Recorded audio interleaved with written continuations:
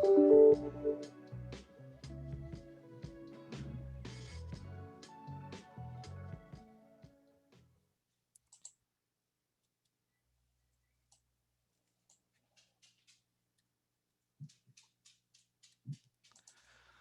right. Hello, everyone. Happy Data Privacy Day.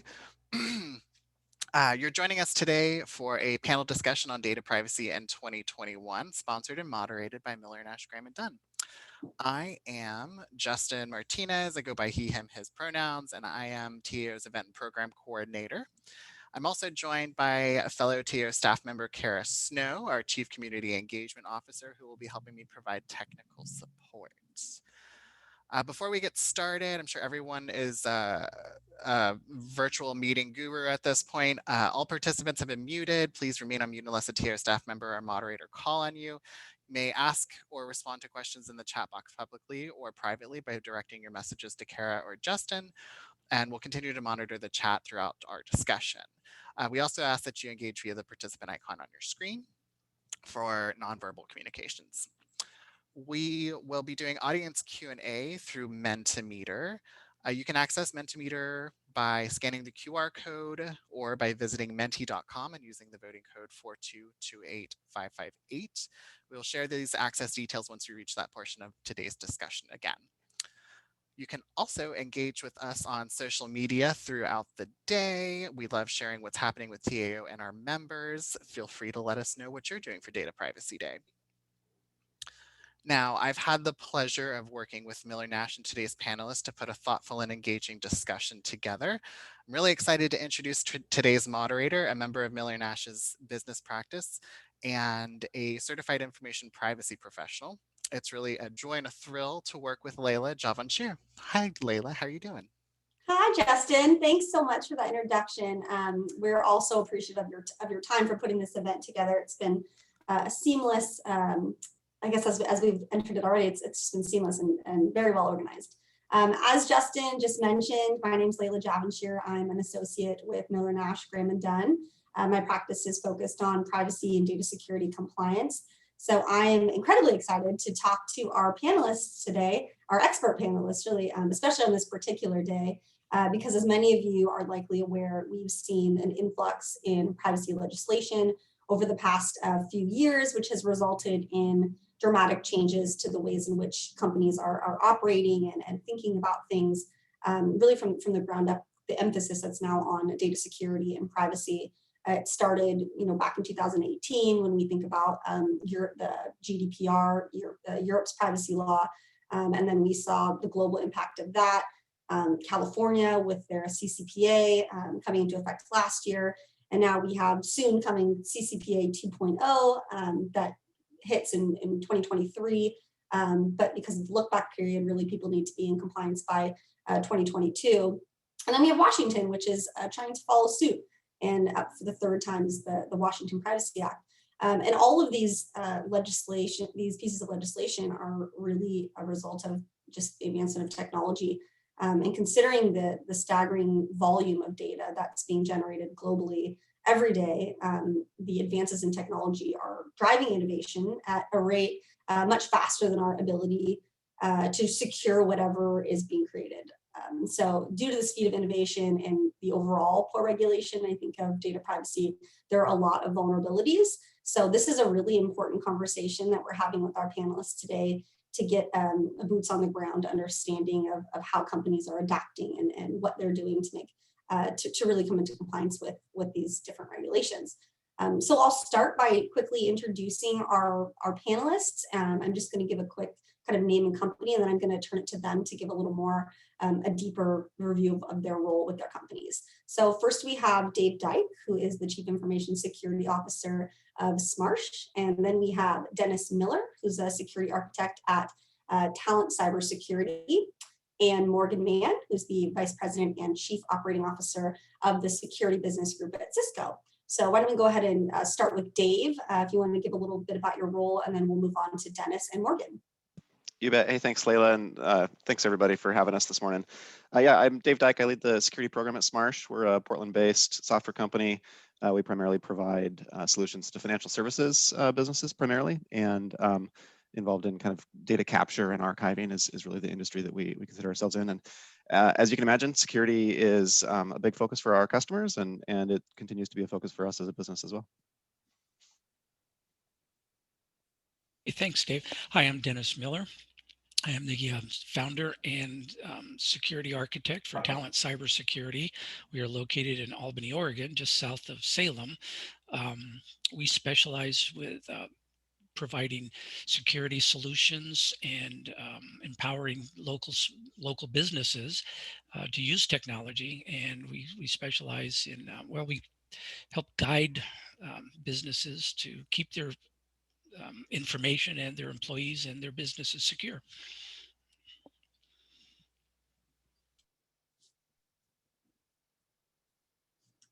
Thanks, Dennis. And Morgan?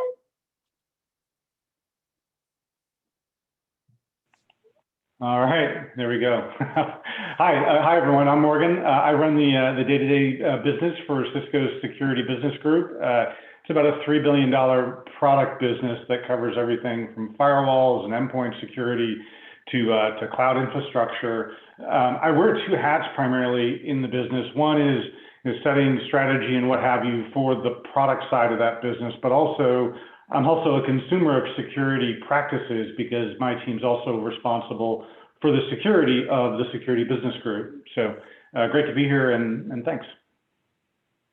Great. Well, thanks to all three of you again for taking the time to be here. Let's kind of start from the beginning. How did we get here question. I think before the influx of privacy and information security laws, I'd be interested to know what were some of the problems that you've encountered in your industry and your expertise, and does this tidal wave of regulations or some of these laws that I've talked about, do they make sense based on your experiences?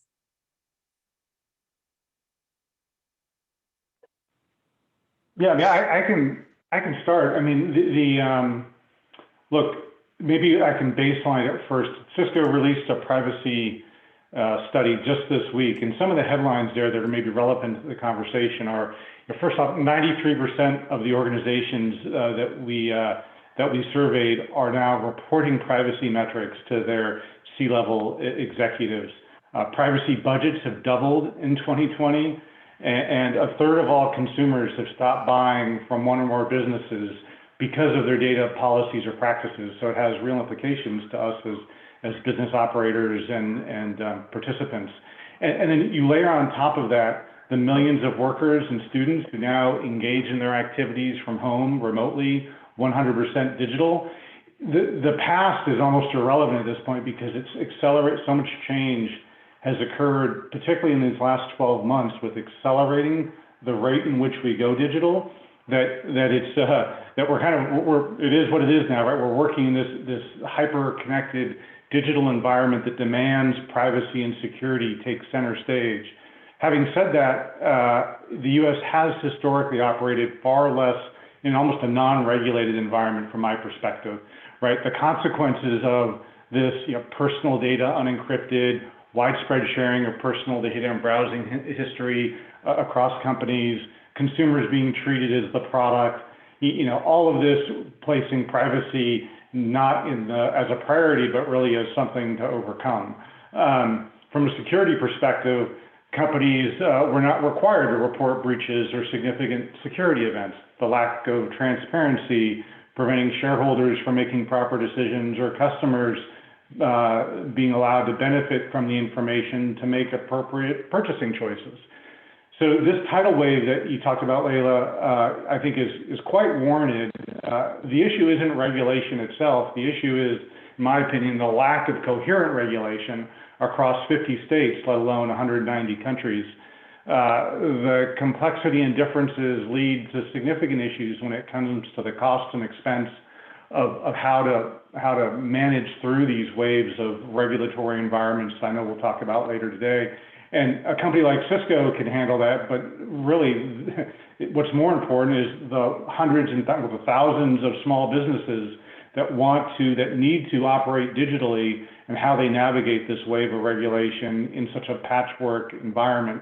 That really is what needs to change. So I think the remedy is probably a more effective, federally orchestrated regulatory environment. as opposed to leaving it to again, 50 states to fight among themselves.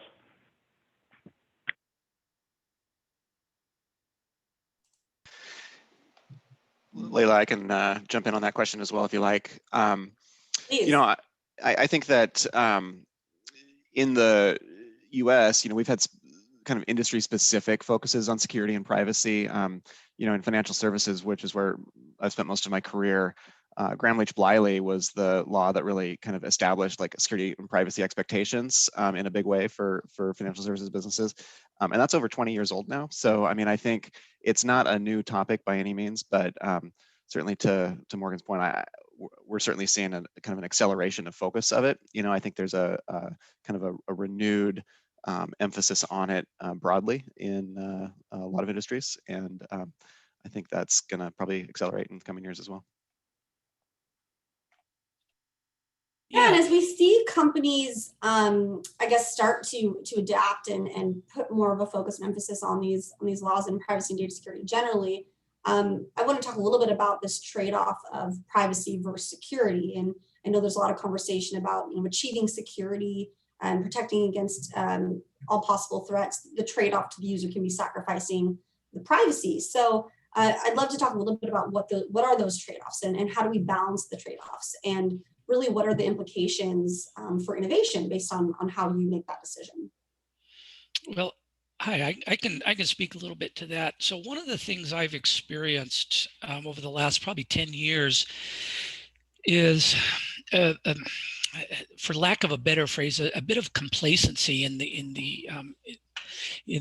business, in that I'm sure we're all aware that a lot of employees, they tend to use things like Facebook and social media on company time, and they wind up putting a lot of their personal information out on the internet. And then when something happens, they push back and say, well, Mr. or Mrs. Employer, you should have protected me a little better. And so I think that's a double-edged sword, in that on one side we have regulations which are the result of lack of hygiene, security hygiene. But the other side of that is we have a lot of individuals, a lot of people who get pulled into social media, get pulled into unsafe practices. So where do we find the balance? And what I encounter a lot of times with small businesses, especially, who have very little or very few policies or procedures to protect their business and their employees, is they have a hard time enforcing policies that allow their employees to go out and publish personal information, and at the same time they leave the door open for for their businesses to be impacted by that. So yes, the regulations are great, but we also have a personal responsibility too, to individually and as business owners to enforce that.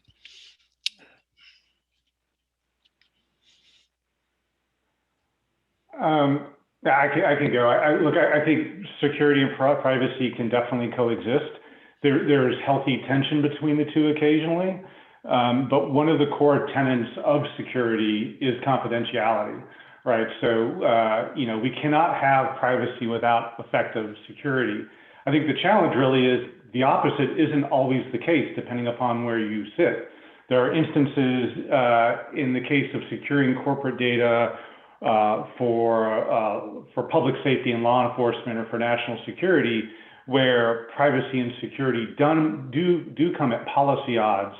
And in this area, I think we have to reach an effective compromise using the political process, frankly. I mean, as our roles as citizens, have to compromise on what we're willing to give up for the benefit of a greater good, or for your personal or local or national security.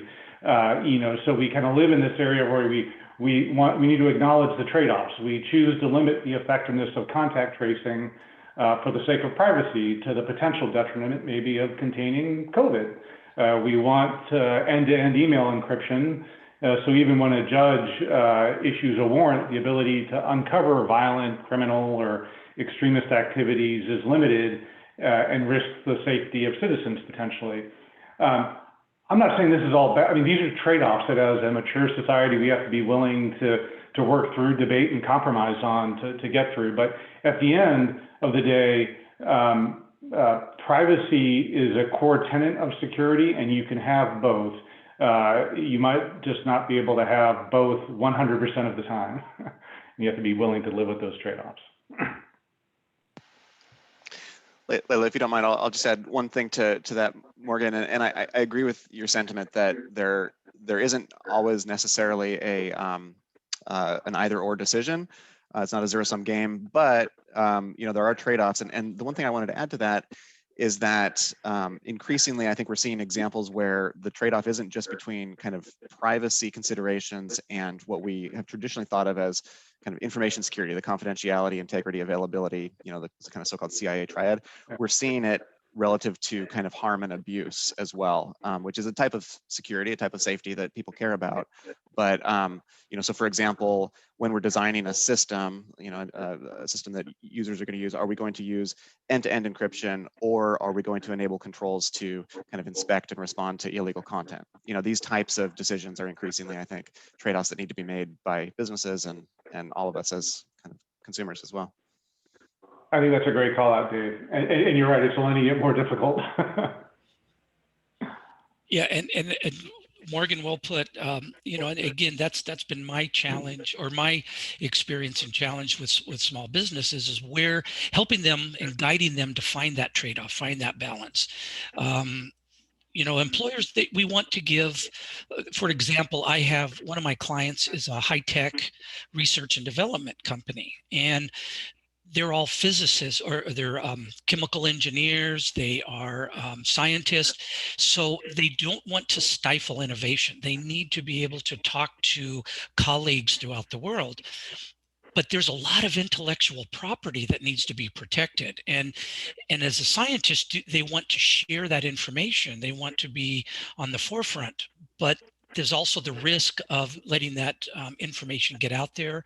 And it poses an opportunity for nefarious actors to get a hold of that intellectual property and the associated personal information that goes with it. So yeah, so right now we are actually I'm working with them to help develop that where that compromise is, and I think a lot of small businesses, because that's where I specialize, they want the security. They understand that there's that confidential and sensitive information that needs to be protected, but they also have to find that balance. And you're right, there is a compromise in there somewhere. And so, it's a challenge, and it's going to be going on for quite a while, I think. So I think that's right. And, Dave, I wanted to follow up a little bit on, we talked a little bit about the impacts of relationships based on privacy laws, and we had our kind of informal chat. And I wanted to hear more from you about those. You talked a little bit about impacts on the business to business relationships and what kind of commitments we're now seeing made on in those relationships because of this new focus we're seeing on companies. So hoping you can talk a little bit about that. Yeah, no, you bet. I'm guessing that, TAO members who are in any sort of business where you're doing kind of B2B work are seeing the same trend that we're seeing at Smarsh, which is that we're seeing a real increase in focus on kind of initial due diligence and ongoing monitoring, especially in the security space. I think, sometimes you see questions about privacy and data handling as well, but really focused on cybersecurity. Just a couple of examples that we've seen. One is a real increase in the use of questionnaires. So we've seen standard questionnaires like the BITSIG, a lot of, unfortunately, custom questionnaires as well, which can be time consuming and resource intensive. I've also been seeing an increase in the past couple of years in the use of tools that are using kind of open source intelligence on the internet to evaluate the cyber risk of a third party. So, looking at how your emails systems are configured when they're facing the internet, and are your web servers patched, and these sorts of data metrics that can be kind of gleaned externally. There's a handful of companies that kind of rate every business based on what's available on the internet, and we're seeing an increased use of those types of tools from our business partners and customers. And then, the last thing I would highlight is here in the US, especially, this due diligence and kind of ongoing monitoring is really industry specific. So the types of monitoring that we're seeing from our financial services customers, which are, like I said earlier, kind of the bulk of our business, are quite a bit different than, for example, the oversight that we're seeing from our public sector customers. We also do some public sector work. So for example, you've got the federal government kind of going and creating this program that they call FedRAMP, which is how they're kind of evaluating third-party vendors to the federal government. And it's completely different than what you're seeing in other industries. And I think that's a challenge for any sort of business who's doing B2B who wants to be in multiple industry verticals in the US. It's problematic. And I think it's a policy choice because, if you look at what's happening internationally, where you have these kind of omnibus privacy rules, it's a different model. And I think, as we have a new administration here, it'll be interesting to see if we kind of move towards a more of an omnibus style policy in the future, or if we kind of stick with this industry specific vertical. Yeah, and I think this kind of begs the next question, which is how do companies design for privacy, for security?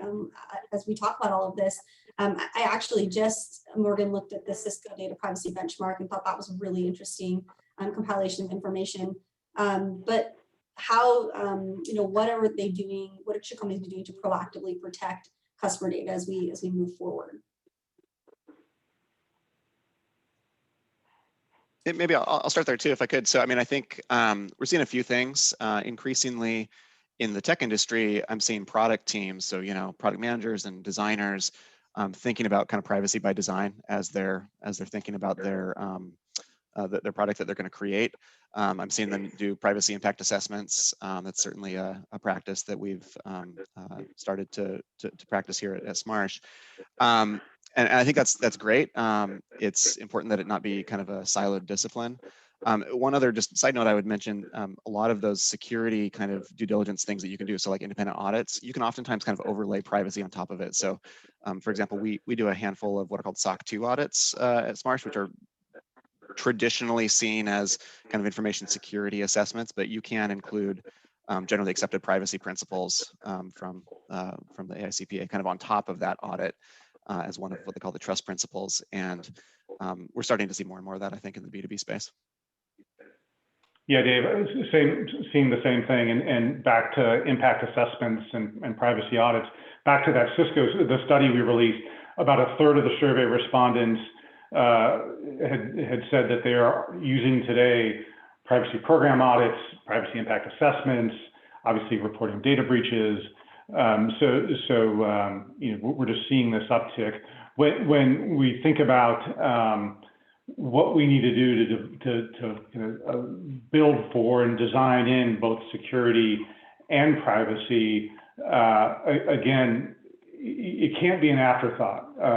And I think we've learned that with security to some degree, and we have to think about it in the same context for privacy. If you build a product and then you think, oh, what about security? It's too late. You've already missed the mark, and it really has to start with what your development processes are and ensuring that you're incorporating privacy and security into those processes. So it's to Dave's point, it's built in, and then that you're following those best practices for making sure that you're securing your customer data, segmenting your networks, you're following all the best practices that are required. And some of that's pretty onerous, obviously, for a small company. The good news is, there are development environments, there are hosted providers that can really get the foundation laid for you. And it's really so you can focus on building your application and making sure that's secure, and kind of reassigning some of the risk in the foundational elements of the infrastructure off to a third party, which smaller companies can take advantage of, and big ones. We do as well. So. Yes, I one of the to Morgan's point about smaller companies, it's great that if a company has the financial resources and the staffing to implement in-house practices and develop that.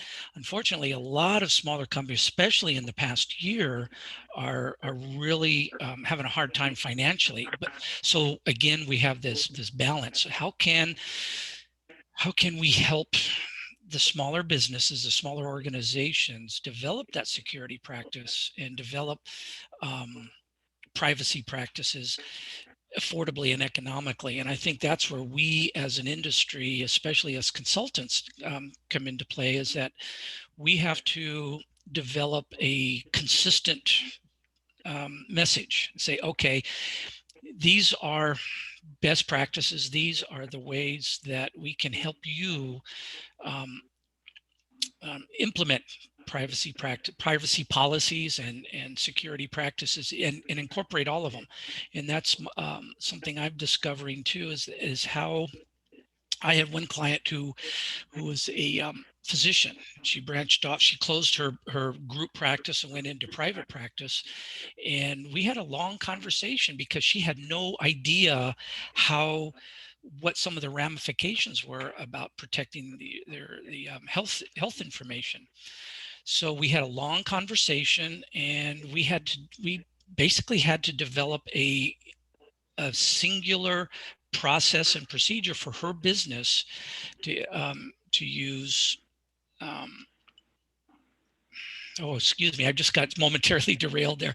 But the point is that with smaller businesses, I think they are going to rely more and more on us as consultants and as practitioners to guide them along this process. So and yes, to Dave and Morgan's point, for larger organizations, yes, it's great that they have the financial resources, but I think it's going to be a challenge for smaller organizations. I agree. And One more Dennis, oh, sorry, go ahead, Morgan. I was going to say one more thing back to Dave. I guess another piece of practical, advice is when building a product and you need to build it digitally, or when wanting to collect information, be very clear on why you're collecting the data. What's the data you need and why? And justify that among yourselves as a team. How does this benefit the customer in the context of the product or service you're delivering? And if you can't answer that, then you probably shouldn't be collecting the data. And you might not even be doing it on purpose. So it just might be the easy thing to do. So everything gets ingested, and all of a sudden you've got a bunch of PII that you don't need, that you don't want, and you are exposing yourself to significant risk, regulatory and civil. So it's just really be clear on why you're collecting the information you're collecting from your customers. Yeah, that's key. Yeah, I think that really hits the nail on the head, Morgan. We commonly see clients that I think understanding what data you have and the purpose of having it, I think, is very key in order to make sure that you are compliant in the way that you need to be. And as this conversation has kind of unfolded, I think we touched on this budget concern with smaller companies and how do they budget for compliance. In my practice, when I see data security incidents, or I'm trying to get clients up into compliance with CCPA, it can be very costly. So where should the focus be if you are strapped for budget? Obviously we're dealing with laws now, so there is that element of you got to do what you got to do to make sure that you're not hit with some of these suits for failing to comply. But where should smaller companies put their focus when it comes to compliance? And to what extent do we think that the costs of compliance are inhibiting innovation? Well, I can speak to that again. So first of all, my opinion, my personal opinion, is that first, privacy is a human right, and that when businesses, governments, or criminals use our personal information, they are violating human rights. Number two, I don't think the term compliance really could be used. We use it inappropriately. Compliance implies that something is secure, that a system is secure, that my business is secure. And I think we need to get away from using that phrase, compliance. My business is compliant. I'm PCI compliant. I'm Hipaa compliant. What I think we need to do is have a conversation with each individual business. Say, okay, what data, what information are you collecting? Why are you collecting it? What do you plan to do with that information? And then using that as a basis, help the small business develop an appropriate plan. Again, using standard practices and standard I hate the word best practices because that tends to imply a checklist of things that we do. Okay, here's our best practices. If I do this, if I do that, then I'm secure. And that's not necessarily true. This is in my opinion, okay? But what I think is that we tailor the message for the types of business. So a retail business is going to have a huge need for privacy more than a restaurant, possibly, because a retail industry, a retail business is going to collect a lot of information about their customers. A restaurant, not so much so. And so I think a lot of that message really has to be tailored. Now, I'm speaking in a small business impact. Small businesses over 250 employees that have the resources, they may not need outside resources like myself. But I think in my area, I see a lot of the smaller businesses impacted with helping tailor the message to the organization. And sometimes it's not easy to do, but I think that's for smaller businesses, that's going to be a necessity.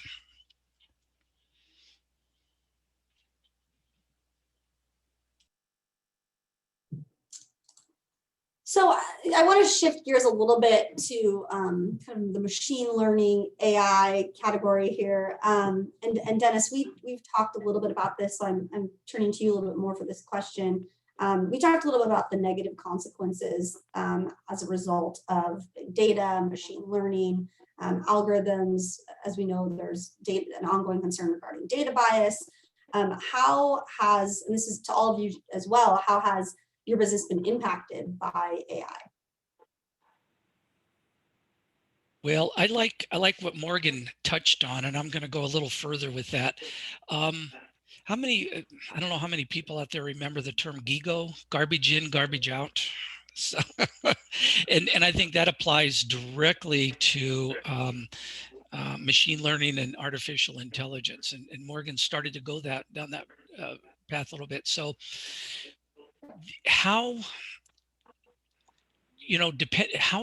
what data is being collected and how is it being collected determines a lot about what the output is, and that can create either intentional or unintentional biases. So I want to use a specific example. In 2018, Amazon had to abandon an AI system that they were using for recruitment.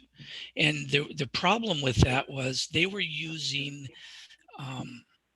existing employee profiles for using artificial intelligence to collect data about potential recruits. Well, what was the problem they had was that most of their existing employees were men. And so what they discovered over the long term was that, or actually very quickly, was that it was inadvertently excluding women from the candidate pool. So when Amazon realized this, they quickly had to abandon that their system. And so the risk is that it was how they were collecting the data and how their algorithms were processing that data. Now, I think too, a lot of people will use statistics. They can cherry pick statistics to support their views or support their ideology or whatever. And I think that the danger in that is in artificial intelligence is that that same process can happen, whether it's inadvertent, whether it's unintentional, or whether it could be intentional.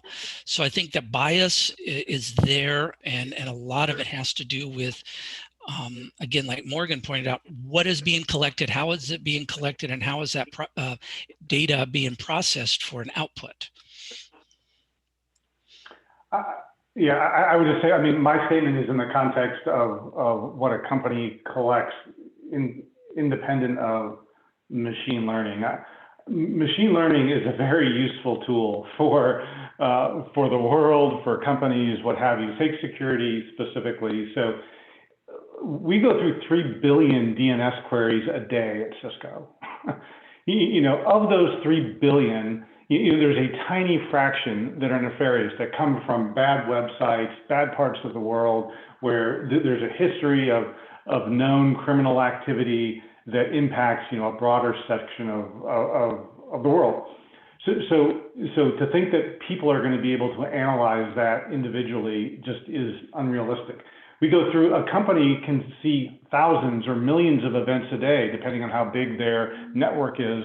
There's no way a person is going to be able to distill down what events are most dangerous, are most threatening, what ones require the quickest action.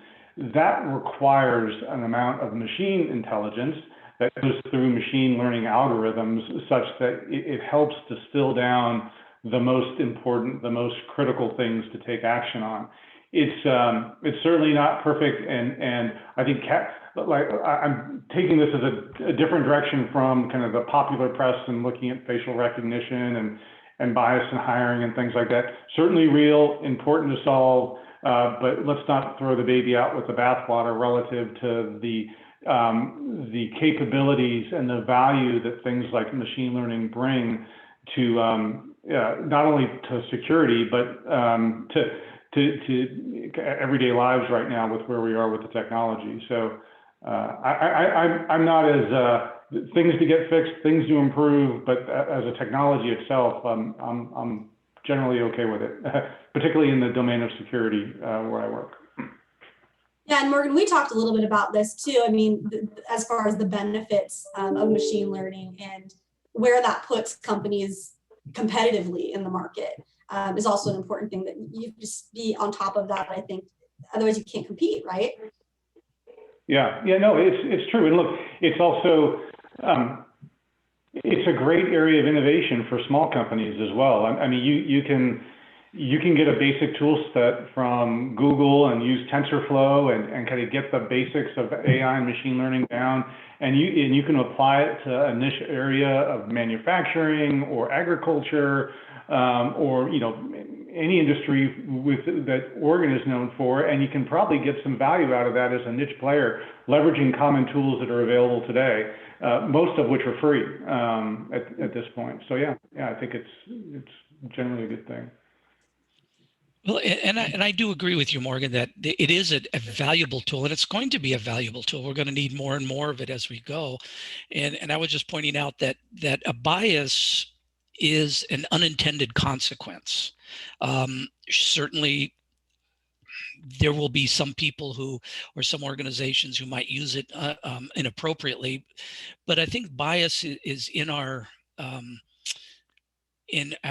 zeal, not zeal, but in our need to process so much data that we have to be careful not to get careless, and we have to be careful that the data that we do collect, the data that we do process is clean. That we don't just collect things. So one of the things I was looking at was if a business is going to use a questionnaire to collect data, are there leading questions that can give the wrong kind of information? And so once again, we just have to be careful, I think, on how we collect the data and how we process it. And if we can get to that point where we all agree, or that we are, when I say we as an industry, that we are careful about how we collect and process, then yes, that's going to be a phenomenal tool.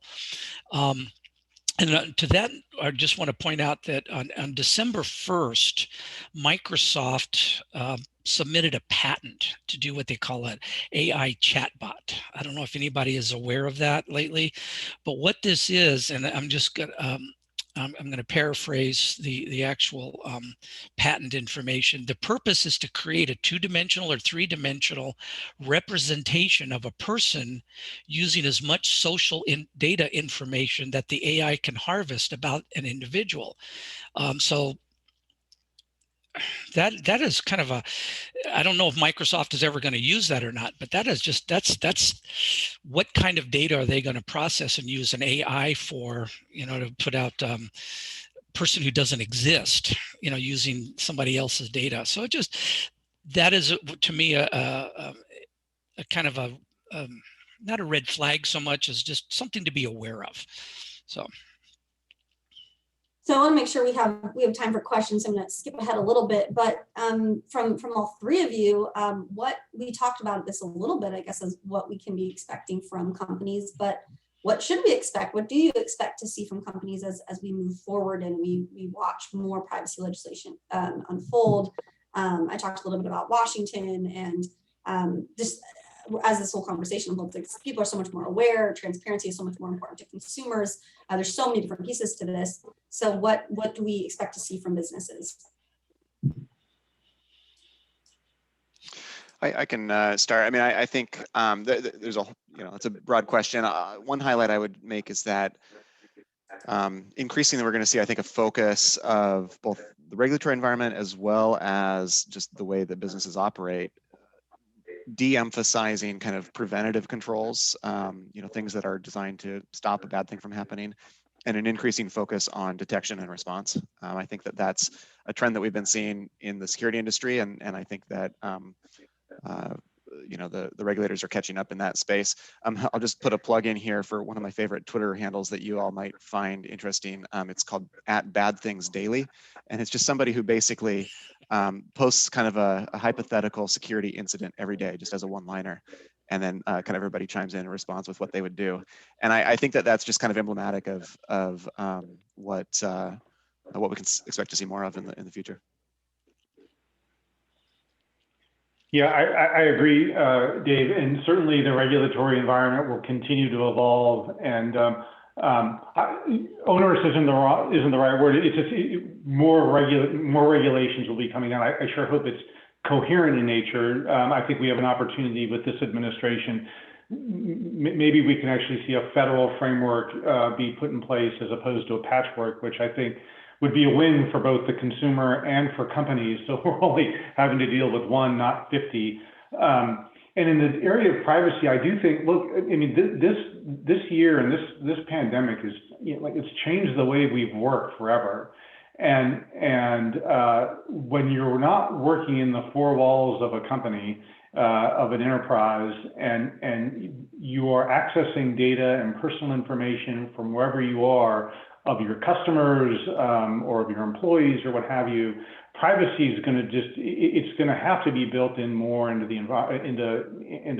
a company's priorities. Like we talked about at the start of the call, budgets are going to continue to increase in this area. We're going to have to continue to elevate privacy as part of a partner of security in designing products. And we're going to end up being accountable as people, or companies are going to have to be accountable for the privacy of the data that they hold. So I think it's going to continue to evolve very quickly in the years to come, and products will follow. You'll see new services and offerings in the space to help with it too. Yeah, I think I would really like to see something like the GDPR for the United States, because the GDPR it's really clear, it's really clean. Individuals can retrieve their personal information. They can cause it to be, they can choose how they want it to be disseminated primarily. But yeah, I think we are overdue for a comprehensive framework for regulation. Of course, there'll be the naysayers who say we don't need it, and let the industry police itself, but they're not doing a very good job of it. And I do think that, again, my stance is that, privacy is a human right and we have to protect it.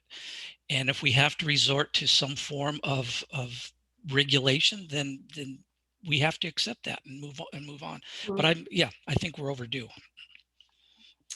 Yeah, but I think you're right, Morgan, in that with this administration, I think, maybe we didn't see the possibility of a federal regulation coming to place soon, but I think that's certainly changing quickly. I think it's becoming much more of a possibility, and it'll be interesting to see where the sticking points are. Likely, we see a lot of issues with the private right of action, how expansive we want that to be. Preemption is likely an issue. we'll see. But I definitely think that's something that there's going to be a lot more conversation than we expected. So we're at 9:47. I want to make sure we have time to go over some of the questions that our audience have submitted. So thank you to all three of you for this conversation. This was really interesting, and I hope our audience enjoyed it. I'm going to kick it back to Justin to host the rest of the Q&A. So Justin, take it away. Hello, everyone. So on your screen, you'll see how you can access our Q&A tool Mentimeter. You can go to menti.com and enter the code on your screen, or you can scan the QR code. We have been collecting pre-submitted questions and questions that have been in the chat, so those have already been preloaded. So we'll go ahead and start. Our first question is, what is your advice for startups who can't afford to hire security in-house, but also won't manage to build customer trust with big security holes? Justin, maybe I'll start with that one. I mean, I think from an engineering perspective, the good news is that there's so many kind of shortcuts nowadays, right? So the way that we're kind of designing cloud native applications, serverless architectures kind of have some inherent security benefits. When it comes to kind of encryption and kind of privacy of data, I would also just highlight, there's a lot of kind of encryption as a service opportunities now. So things like very good security, for example, is a good example of kind of, hosted encryption. So, take advantage of that. I guess that'd be my biggest advice is don't recreate the wheel, and use the sorts of tools that will help you build something securely from the ground up. Let's see, am I on mute? No. Nope. Okay. So my advice is, especially with the way the economy is in short, outsource.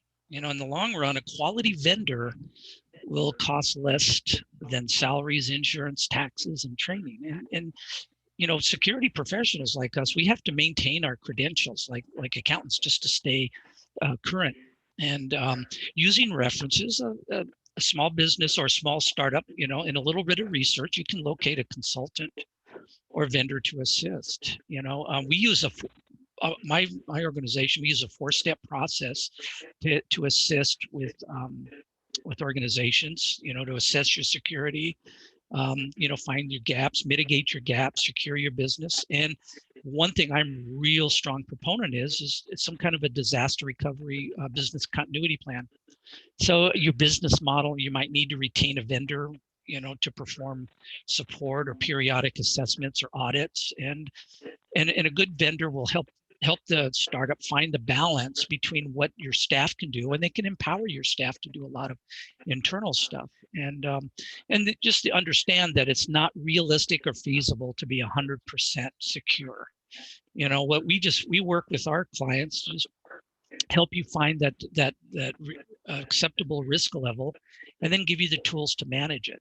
So that would be my advice. Of course, it's I am a consultant, so it is a bit. So. Yeah, look, the talent shortage in security is very real. Millions of jobs go unfilled in the space every year, and particularly it's hard hit in small and medium companies trying to find and then retain talent. So leveraging consultants, like Dennis mentioned, and leveraging managed service providers or managed security service providers where you can offset some of that responsibility to someone that has a mass of tools and capability is a good way to go. And then when it comes back to actually being a startup and building products that are secure, I think it just goes back to the conversation we had earlier in the session. And then I threw up Ryan McGee's Starting Up Security set of articles on Medium in the chat. And for those of you interested, just click on those, some pretty helpful tips for young companies starting out. Awesome. So our next submitted question, what specific steps are cloud data storage companies taking for data security and privacy, especially as more and more healthcare data is now stored on the cloud? I can start. I mean, I think that the major, infrastructure cloud hosting providers, the Amazon, Microsoft, and Google trio. I mean, what don't they do? You know, I think the steps that they're taking are incredible, much deeper than anything any mid-sized business could do. But they all operate with kind of a shared responsibility model, meaning they'll do a great job at physical security and all the things that managing a good data center requires. But most of the risk is in how are we using those services. And so the second tier of kind of SaaS providers, so companies like Smarsh, who operate inside one of these public cloud providers, we host services. We're also responsible for security controls. And I think to the point of the question, if I'm a smaller business interested in using a kind of a SaaS application for my business, should I care about the security of the company that I'm doing business with? I would argue yes, you should. How are you going to do that? Well, it's a little more difficult, right? You're going to fill out a questionnaire. You're going to ask for an audit. You're going to do all those things that I just kind of earlier poo-pooed as saying like, hey, we're seeing this, but it's not really moving the needle. But that's really the option that we have right now is trying to assess risks of the third parties we work with as best we can. Yeah, thanks, Dave, for that, because one thing I discovered working with healthcare professionals is, and I'm going to quote something specific here. This is according to the Hipaa journal and the Health and Human Services of the United States. There is no such thing as a Hipaa compliant cloud storage, because no cloud server can be truly Hipaa compliant. What? That kind of threw me. So like Dave was saying, even Google, they state on their website, if you're looking for HIPAA compliance, they state that they only support HIPAA compliance because they can't be HIPAA compliant. So therefore, it's incumbent on the healthcare provider to use third-party services like Dave's and third-party software to augment that compliance. What these storage providers will do is provide a platform to store your data, but ultimately it rests back on the healthcare providers. And so, yeah, organizations like Smarsh and they're the ones that the healthcare providers need to turn to that as the intermediary to help support that compliance or that security. Awesome, thank you. Another submitted question: what data information are employers obligated to protect? Can we share things like driver's license numbers and info through emails? What are our legal obligations to our employees and applicants? Leila, that sounds like a good question for a lawyer. I can jump in here a little bit. So I guess as a baseline, it's important to know that as we've been talking about this patchwork of laws we have, every state has its own data breach law where they have defined personal information in their own way. It's associated with the data breach notification in connection with how that information has been exposed or disclosed. So certainly driver's license number falls within personal information if that is exposed. So it's just something to be thinking about when you're storing and sharing that type of information. When the question comes to, what are the obligations to employees and applicants, I think it just depends on what laws you're subject to. Specifically in the context of CCPA, if you are subject to the CCPA, there are certain disclosures that need to be made as of right now to your employees and applicants. They have limited rights under the CCPA right now, but they need to know what information is being collected from them and then what the purpose is for that information. And the CPRA, which is the new California privacy law, has actually kicked out the full rights, the full CCPA rights that will eventually be afforded to applicants and employees till January of 2023. So certainly as these laws really come into play full time, you need to understand basically that your CCP obligations, GDPR obligations, to the extent you're hiring applicants in Europe and you're targeting that market, they're afforded all of those same rights that citizens are being afforded under those laws. So those are things like the right to delete, the right to understand what's being collected from them, really just this transparency that the laws have, and the right to request access or that kind of thing. So those are just things to keep in the back of our mind as you're collecting that type of information. Great, thank you.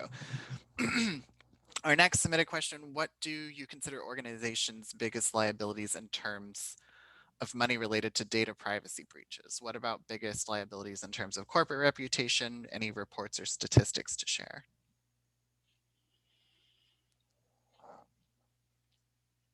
I can start. I'm not an expert necessarily in this, but I will say one data source that is useful. There's a group called the Ponemon Institute that does a lot of interesting kind of analysis of the costs of data breaches and the upstream causes of each. And I won't interpret there. I haven't Googled it recently, but that's a good thing to Google if you're interested in kind of some detail there. Yeah, in previous studies we've done, and the sample size, well, the sample from the survey is generally larger companies, but average breaches go into the millions of dollars, right? They're very expensive, and the long tail of brand reputation, depending upon the extent of the breach, can last quite some time. In other cases,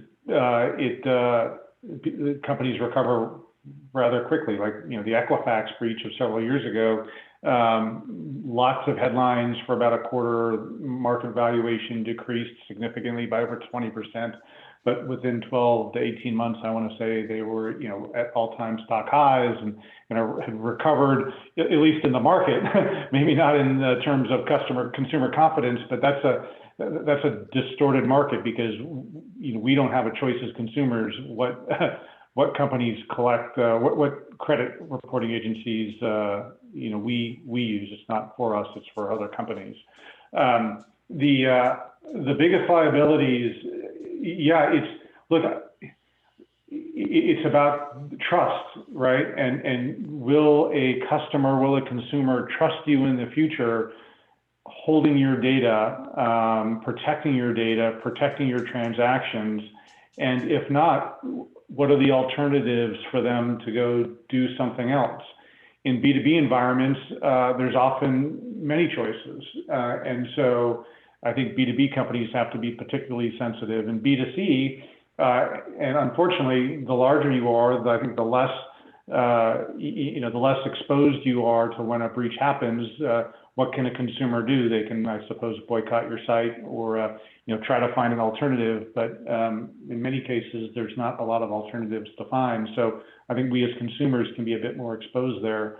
The reports and statistics, I would just Verizon, Cisco, all of us release security studies annually.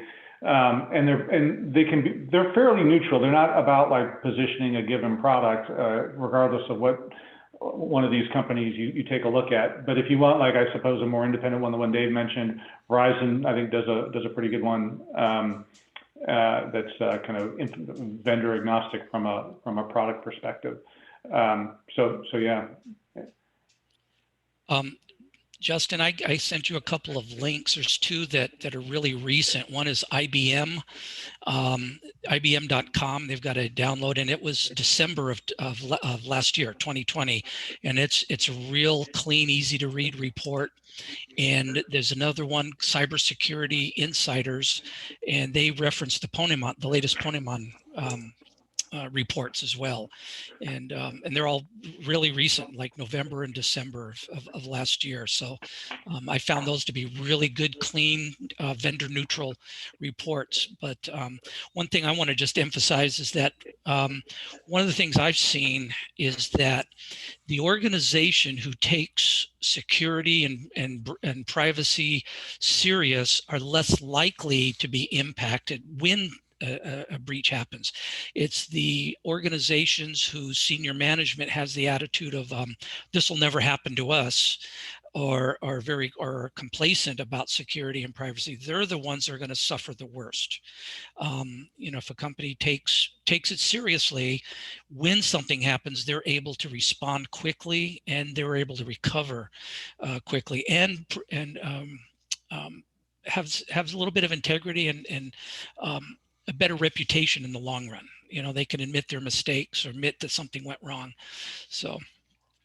And I'll just add quickly, Justin, I know we're running out of time, but a very basic cost that maybe people don't always consider when it comes to data breaches is the mere cost of notification, complying with 50 state notification, and God forbid you have a global data breach trying to comply with all of the European notification laws. It is extremely expensive. One, to obtain counsel who's going to go through all of those laws to make sure you're hitting the marks, to make sure your notification includes the right information, to make sure you've contacted the AG if you've met a certain threshold.